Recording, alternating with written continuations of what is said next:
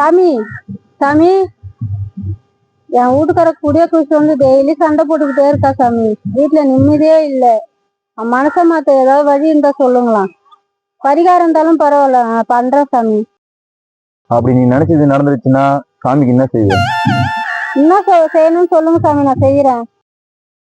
அப்ப நீ என்ன பண்ற, சரி நாளைக்கு நிறைஞ்ச செவ்வாய்க்கிழமை நல்ல புது புடவை உன்னை கட்டிக்கிட்டு சரிங்க சாமி, நேரா கிளம்பி இங்க வந்து நான் வரேன் சாமி. உனக்கு நிர்வாண பூஜை பண்ணணும்.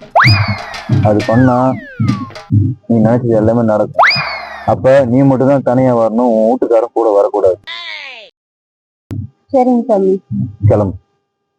சரி வரேன் சாமி. ஒரு நாளைக்கு பிறகு சாமி சாமி சாமி, நீ சொன்ன மாதிரியே வந்துட்டு சாமி. எப்ப பரிகாரம் செய்யலாம் சாமி? ஏம்மா நான் உன்னை தனியாதானமா வர சொன்னேன். இது யாருமா அது? பக்கத்து வீட்டுக்கார சாமி.